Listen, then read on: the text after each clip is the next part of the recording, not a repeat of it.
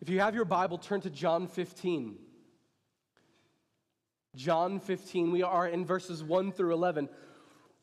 And because Garrett reminded you all of the sermon last week, I don't have to say much as I introduce this text again. But we're in John 15, 1 through 11 for 3 weeks. And last week we looked at what it meant for each of us to abide in Jesus. Today we are looking at these same verses and considering the call to bear fruit. So let's read John 15, 1 through 11, and we'll see what God has for us in His Word.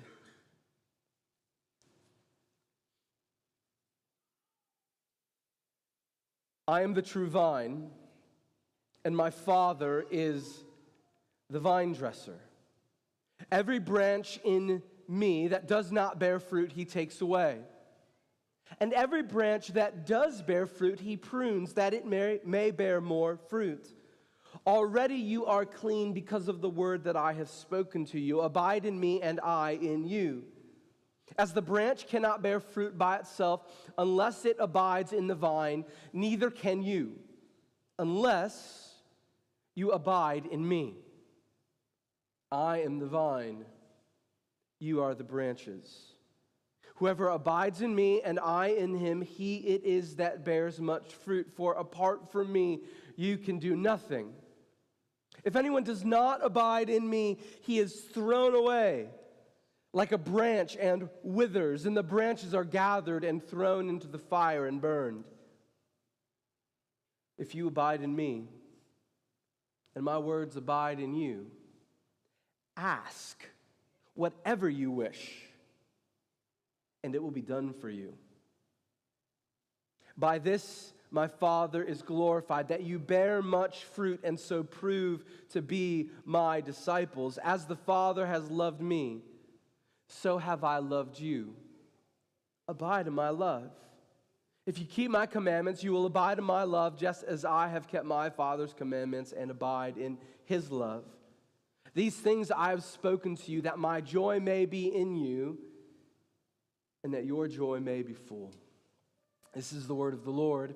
Thanks be to God. Imagine with me that you planted an apple tree in your backyard, and you waited around for it for years. And while you were waiting, you did all of the things that you know you needed to do to help that tree grow. You watered it. You kept bugs away from it. You put a little fence around it so that animals couldn't bother it. You fertilized it year after year. You did everything you needed. And at some point, it started to look like a real mature tree. And the first summer that it was mature and looked big enough finally to bear fruit, you went out and looked for apples and found none. And you said, okay, well, it's just maybe I'm a year early.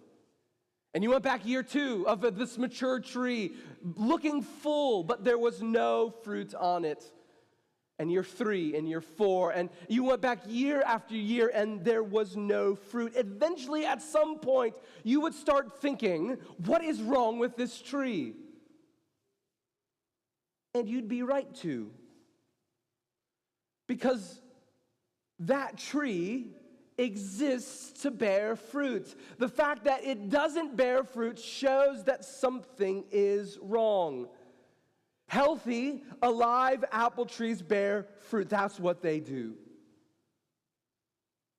And people who have real life in Jesus bear fruit for Jesus. This is the point that Jesus is drawing us to in these verses. Maybe the main idea of these 11 verses is that people who have real life in Jesus bear real fruit for Jesus. Real life in Jesus means bearing real fruit for Jesus. And in these verses, Jesus tells us 3 truths about bearing fruit. First, bearing fruit is our purpose. Bearing fruit is our purpose. Go to verse 5 in the text. Jesus brings us into the metaphor of the vine again. In verse 1, he said, I am the vine, my Father is the vine dresser. In this metaphor now in verse 5, Jesus says, I am the vine, and says to his disciples, the people following him, I am the vine, you are the branches. And then just gives us a truth, a reality. Whoever abides in me and I in him, he it is that bears much fruit. For apart from me, you can do nothing. Jesus says, I am the vine, and we understand this analogy. Jesus is the one who has life. Jesus is the one who has eternal life in him, and our life is derivative. Our spiritual life does not come from ourselves, but is drawn from him. And if you were to ask this verse, Jesus, why do we have life in you? What is the purpose for us being alive in you? Jesus would say in verse 5, for you to bear fruit. Abide in me and I in you. My life will be in you for this, that you bear much fruit. That you bear fruit as a branch. You exist to bear fruit for Jesus. Now, I want us to ask two questions about that from these verses. Two that maybe you're even asking, okay, what is that fruit? Okay, I'm a branch. Branches bear fruit. What is it? Think about that. Jesus says you're going to do this. If you have life in me, you're going to bear fruit. What's that fruit? What is the fruit in our lives that we're going to bear for Jesus? And secondly, I want to answer the question how. Because the vine metaphor finds its culmination. The main point is this: God is bearing fruit in the world. How is he doing it? What is our fruit, and how does God bear fruit? What? Now, what is the fruit? There's a lot of debate about this, actually. If you read scholars and they say, as they look at the context and look at what Jesus is saying here, as they try to identify the fruit that Jesus intends his people to bear, there's a number of common answers. Some of them identify the fruit as obedience. And if you consider the whole context of John 15, that makes sense. Jesus actually talks about the importance of obeying him. So some say, well, the fruit is obeying Jesus. Some say the fruit is love. If you read John 15, 12 through 16, where Jesus gives a commentary on these verses, Jesus highlights the significance, the essential nature of love in the lives of the believers. So some say Jesus is talking about that love. The fruit of our life in him is love for others and for him. Some identify it as evangelism or new converts for Jesus. That if you're alive in Jesus, you're going to bear fruit for Jesus, which means seeing more people come to know Jesus, to come abide in Jesus with you. And as you look at the context again, there's some measure of reason to argue that. Jesus in John 15, 16 is going to say, I've appointed that you go, sounding like the Great Commission, and bear much fruit. And they'll argue for this. Is it love? Is it obedience? Is it for the fruit of evangelism? And I would argue that to try to identify the fruit that we bear in Jesus as one of these things misses the point. It actually tries to take an extremely complex metaphor and reduce it down to making it one thing, when in reality, the fruit that we bear as we have life in us from Jesus is actually going to look like a complex combination of all of them together. And I think that because of the metaphor itself. Follow. Hey, by the way, great job. You got here at 8:45. Half you did. The other half came at 8:55. Still, great job. You guys got here early. I want you to follow this because I think this is really important to understand the context. And I know it's early. The vine metaphor springs to life in its whole Bible context. We talked about this last week, so I'm not going to go into it again. But you remember, as I read in Isaiah 5, in the Old Testament, the covenant people of God, the nation of Israel, were God's vineyard. They were God's vine. They were the vine that God planted. And why did he do that? Why did God call Abraham and his descendants to himself? Why did God establish a covenant with them? Why did he make them his people? You'll remember that he gave those people a mission. And maybe you could articulate it best in the promise that God makes to Abraham, where God says to Abraham, through you and through your offspring, I am going to bring blessing to the world. Israel's identity was wrapped up in its purpose. They existed to mediate a saving relationship with God to the nations. They were, as God called them, a kingdom of priests. But as you read the Old Testament, you see failure after failure of God's people to fulfill that mission. God did everything necessary for them to bear fruit. God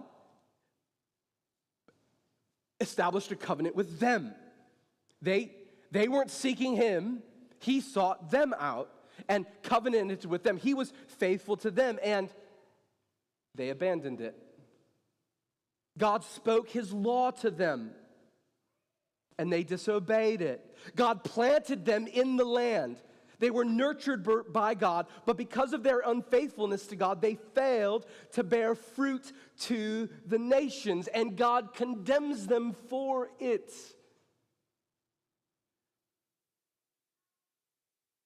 But God does not abandon the promise that he makes with Abraham to be a blessing to the nations. Instead, Jesus appears on the scene and says in John 15, I am the true vine.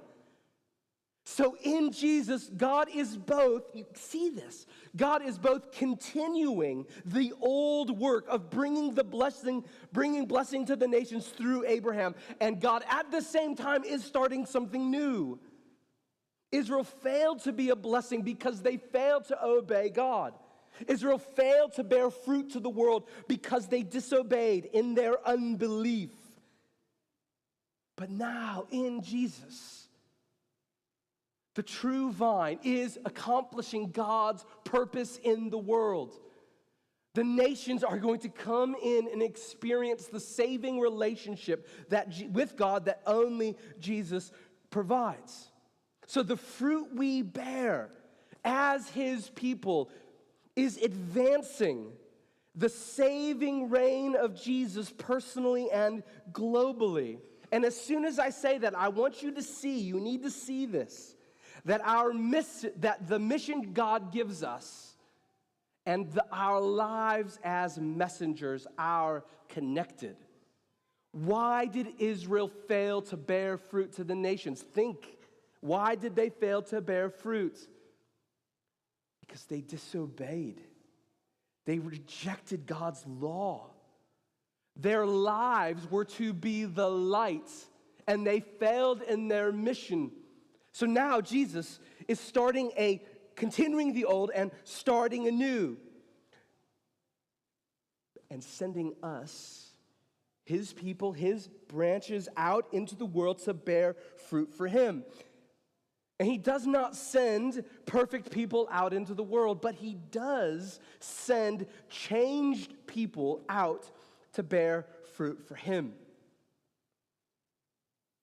The message we carry and our lives as messengers are to be aligned. As Jesus' people, we bear fruit personally and globally as we carry a transforming message accompanied by transformed lives, which is why there's a deep disconnect for us to go out into the world and tell people about the love of Jesus while we give ourselves to deep injustices, right? There's a deep disconnect. Those two things don't go together, and they never have. So what is the fruit that we bear for Jesus? It's advancing the saving reign of Jesus personally and globally. It's love, it's obedience, it's sharing the gospel with Jesus. It's all those things. Why? Because that's the fruit that Jesus is bearing in the world. Which brings us back to a deep reality that we saw last week, that our abiding in Jesus, our identity and our obedience is directly connected to our bearing fruit for Jesus. We will only do this. We will only advance the saving reign of Jesus in this world as we consciously stay connected to Christ. That's the fruit we bear. That's the fruit we bear. We advance the saving reign. Now, I want to go to the question, how? And as I thought about this week, it explodes with significance for our life together as a church. Think about it for a moment. Go back to the metaphor of the vine. A vine without branches bears no fruit. This is an important part of the analogy. A vine without branches bears no fruit. Now, as we think about this analogy more in a moment, a branch on the vine that bears no fruit is worthless, but a vine without branches bears no fruit. How is God advancing the saving reign of Jesus, getting people to be rightly related to him in the world? What is the only way he does it? Through you.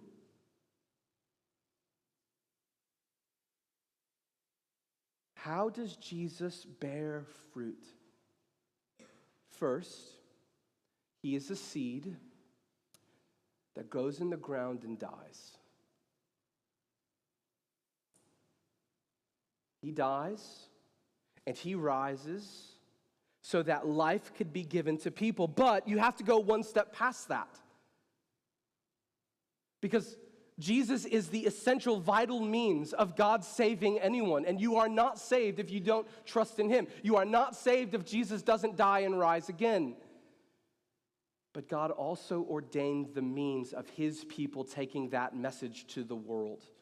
There is no fruit for Christ's death and resurrection apart from the branches going out into the world and bearing fruit. Listen to this. God has fully entrusted the mission of Jesus to you. Think about that. That is like mind blown.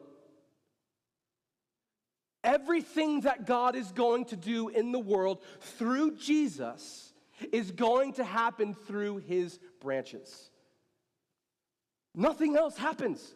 There is no fruit from the vine apart from the fruit that Jesus is bearing in you and I and his people.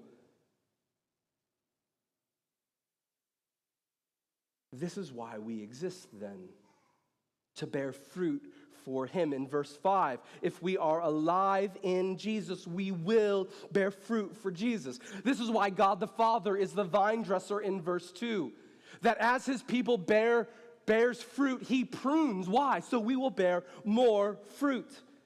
In verse 8, the Father is glorified by our bearing fruit. If you were to skip ahead to verse 16 of John 15, Jesus says, you did not choose me, but I chose you and appointed you what? Appointed us as his people to do what? That you should go and bear fruit, and that your fruit should abide. Northwest Bible Church, why do we exist? We exist to bear fruit for Jesus. We exist to spread his saving reign personally and globally.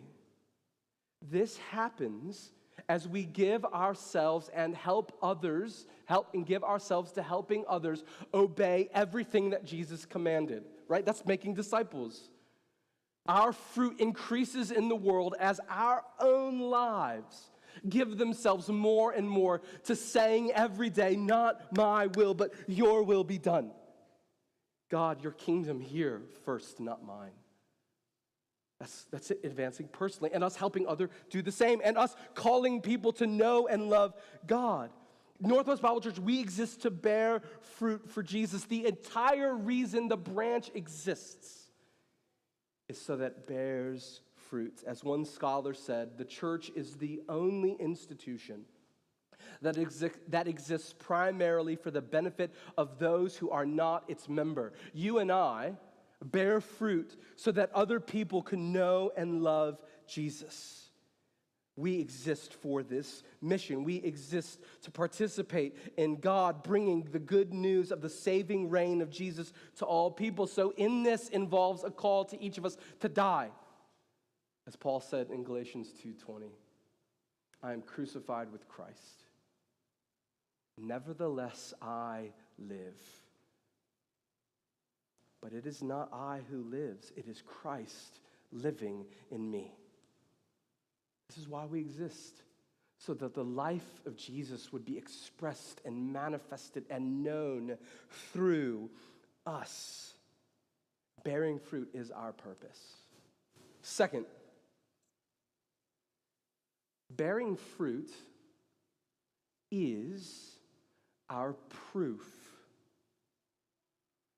Bearing fruit is the proof that we are really, vitally alive in Jesus. I want you to look at verse 7. Jesus says, if you abide in me, and my words abide in you, ask whatever you wish, and it will be done for you.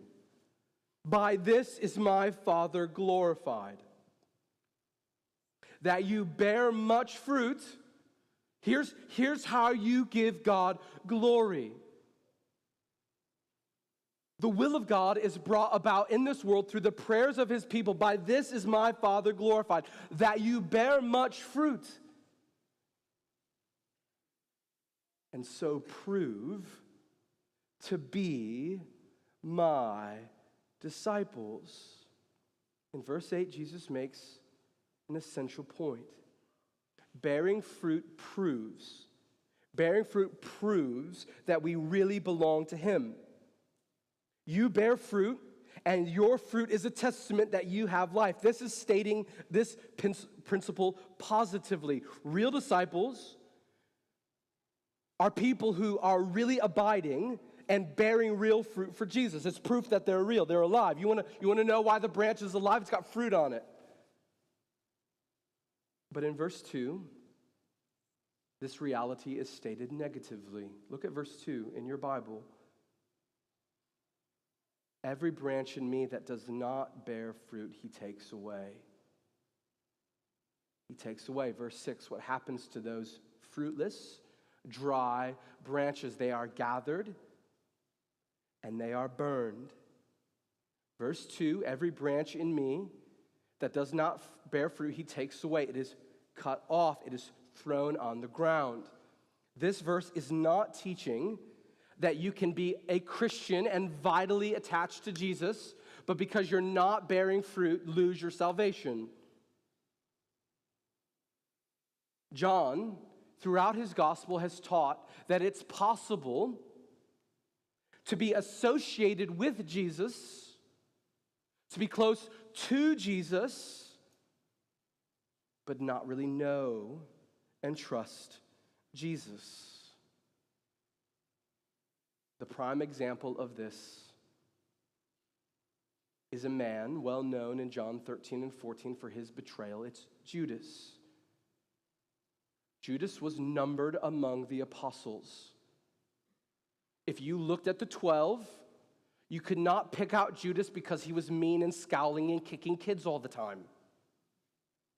Right? It wasn't like obvious. Oh, boy, Jesus has 12 disciples, but you know what? This Judas guy, he doesn't fit in. No, Judas was close, By all external appearances, Judas looked like he was in. But he wasn't. He had no life. He abandoned Jesus. He betrayed Jesus. He walked away from Jesus because he was never really in Jesus. So how can you tell the difference? If there are times when the externals look very similar, Jesus tells us, by this, you can tell you bear fruit, and so prove to be my disciples. And this is important because we live in a world full of cheap fakes and imitations. If you wanted to go buy a Rolex, Rolex watch, you would expect to pay around $6,000. I looked it up today. That's how I know that, by the way. I just Googled it. A new Rolex will start around $6,000. Well, when I was 10, I went to Tijuana, Mexico, and I bought a Rolex. And guys, killer deal. I got it for $11, which inflation is like $300 today, but still, it was still a good deal, right? I got a Rolex for $11. I bought it from a guy selling, I couldn't believe how many Rolexes he had, actually. He was selling them on the side of the street, and I bought one, and I brought it home, and I'm wearing it, and he's like 11-year-old. He's like, yeah, come on. And then my friend's like, oh, you got a new watch? Yeah, it's a Rolex. And he looked at it real close, and he was like, hey, man, that definitely says Bolex. And he was totally right. It was like B-O-L-E, Bolex. I had bought a fake watch. Now, I doubt I will ever be in a position to actually buy a Rolex, and I don't think I could. Obviously, I can't spot a genuine from a fake, even when it's really obvious. And even today, if you put like a good fake and a real one in front of me, I don't know if I could spot the difference. But if you were wanting to know what a real Rolex was, or buying one, you would want some kind of certificate of authenticity. You would want to know how to identify the real from the fake. And for us personally, as we try to follow Jesus, we should want to know what really separates genuine Christians from people who are just pretending to be attached to him. As a pastor, I am deeply concerned that all of us think about this carefully. Because we live in a culture, this might not be true everywhere, but in our culture where you and I inhabit, in the culture we inhabit, we live in a culture where for our entire existence, it has been culturally favorable for you to be a Christian. Did you know, how many presidents have we had? I should have looked this up. We're on 241, right? Nope, that's way too many. 45? 46, thank you, kids who learn history in school. We have had 40, I should know that off the top of my head, by the way. That was a glaring oversight. We've had 46 presidents in our country. 47? See, I'm getting bad data. Okay, this side of the room, you're out. This side of the room is in. 47. We've had 47. Did you know that of those 47 presidents, not a single one of them have overtly denied any attachment to Christianity? Saying it another way, all of our presidents have been Christian, nominally. You can make an argument about a couple of them, but for the most part, what does that show you? That in our society, in fact, one of the presidents, the guy he was running against actually said, this guy's not a Christian, don't vote for him. Like he used his fake Christianity as like a smear campaign. Could you imagine that happening today? He fake Christian, don't vote for fake Christians. What does that show you about our culture? That there has been some positive association for people to be at least loosely attached to the idea and the person of Jesus. Now, I'm not saying at all that all those men are Christians. I highly doubt it, actually. But in our context, in our culture, being a Christian will get you ahead socially. There's social advantage to following Jesus. So in a culture where it's really advantageous for us to like at least put on some Christian outside persona, How do we distinguish between the authentic and the fake? Fruit in Jesus. This is how you prove to be my disciple. You bear fruit for Christ. And that fruit is everything we talked about. It's having a heart that is growing in its submission to the reign of Christ. It's having a life that is given to help others to do the same. This is how we prove we're disciples of Jesus. In a world full of counterfeits and cheap fakes, our authentic commitment to Jesus will be demonstrated by the fruit that we bear for him. I want to apply this in two ways. First, I want to think about the significance of this as a church. Did you know that Jesus established the visible church, this visible congregation of people? Jesus established the visible church to help mark off people who belong to him and people who don't. Have you ever thought about church membership in this light? That becoming a member of a local church is having a group of Christians look at your life and your gospel profession and saying, as clear as we can tell, those things align. Never perfectly. Right? If you saw me this week, you'd say, man, I can't believe Aaron does some of these things. Right? Because I'm a sinner just like you, and I'm sure you could say those things too, but our church membership exists in its primary form for us to say together as we bring people into membership, as far as we can tell, his profession of knowing Jesus and his life align with one another. And when we practice church discipline, we're saying with love and seriousness and tears in our eyes, we're saying to someone, we have to remove you from this church because your life and your profession do not align. We can't in good conscience tell you that we think you belong to Jesus.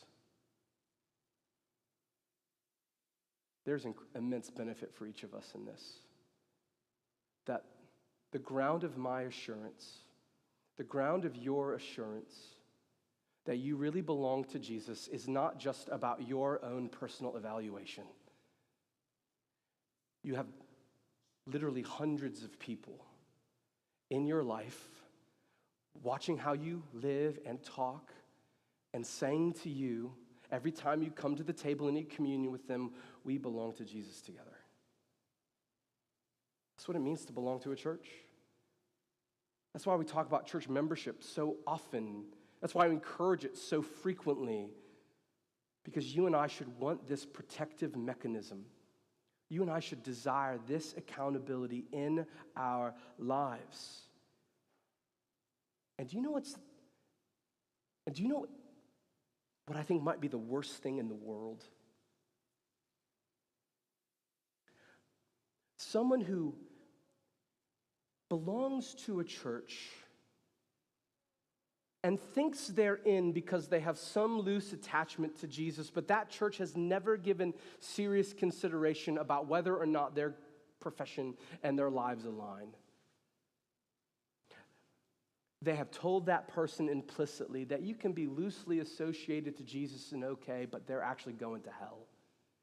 I think that might be the worst. So we think about this, right? We need to think about this. We bear fruit for Jesus to prove that we are his disciples, which means personally, corporately, we think about this church membership together. But personally, we live out what Peter says to us individually. Make your calling and election sure, which on a daily basis, we just ask, Jesus, keep transforming me into your image. We ask ourselves, God, is my life marked by abiding in the commands of Jesus? Jesus, is my life marked by abiding in your love? We just do that all the time. We ask and we thank God that there's fruit when we look. Bearing fruit for Jesus is the proof that we belong to Jesus. Finally, bearing fruit is promised. I want to end here. Jesus says in verse 5, I am the vine, you are the branches. Whoever abides in me and I in him, he it is that bears much fruit. This passage does give us a real test, but it's a test that Jesus ensures his people pass. We will bear fruit in him. In fact, God is assuring through his kind and severe providence that we will not only bear fruit, but we will be as fruitful as possible. I would encourage you to read verse 2 again in this light. That when you bear fruit, God is committed to the painful work of pruning so that you are as fruitful as possible. Our pain is not God's displeasure, but his kind hand helping us bear fruit. And we have the confidence that in Jesus we will do this. Now, right here in verse 5, two seemingly paradoxical ideas are brought together. Our weakness and God's empowering grace. Do you know what Jesus says at the back end of verse 5? I say this to myself almost every Sunday before I preach. Jesus says, apart from me, you can do what? What can you do without Jesus? Hey, nice job, people. Early crowd, you're getting with it, right? Apart from Jesus, we cannot do some things. We can do nothing. Now, Jesus has just said to us that you're going to bear fruit for the whole world to know and come to know and love him, and yet apart from him, we can do nothing. There's two paradoxical ideas: the immense task that God has given us and our utter helplessness apart from Christ. And yet somehow, these things come together. These things come together, and as we understand the gospel and what we have in Jesus more and more, these two ideas will be joined in our hearts. We will have deep humility. Deep humility. I can't do anything.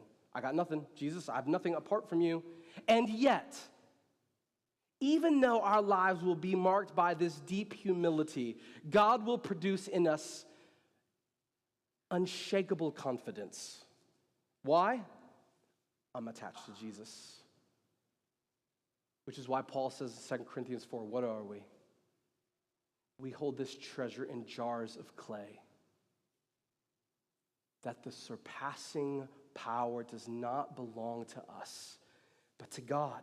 At Northwest Bible Church, we want to combine these two things together, where we can walk in Sunday after Sunday and small group after small group and confess our sins and our failures to one another. We really need Jesus together. And at the same time, we will walk out from here weak, flawed, broken people, and yet deeply confident that through us, God is changing the world. And that is not hyperbole. That is not hyperbole. That's not just Christian talk. Through people like us, weak people like us, God is going to change the world. So we go out and we work to bear fruit, confident that God will do it in us. Northwest Bible Church, that is why we exist. We exist to know Jesus and joyfully make him known. And why do we make him known? Because he's going to bear fruit in us. He's going to bear fruit in us. We have this promise that will not fail. We exist to bear fruit for Jesus, fruit that shows we belong to him, and fruit that we will unfailingly bear because we're connected to him. We exist to know Jesus, and we exist to joyfully make him known. Let's pray for God's help to do that together.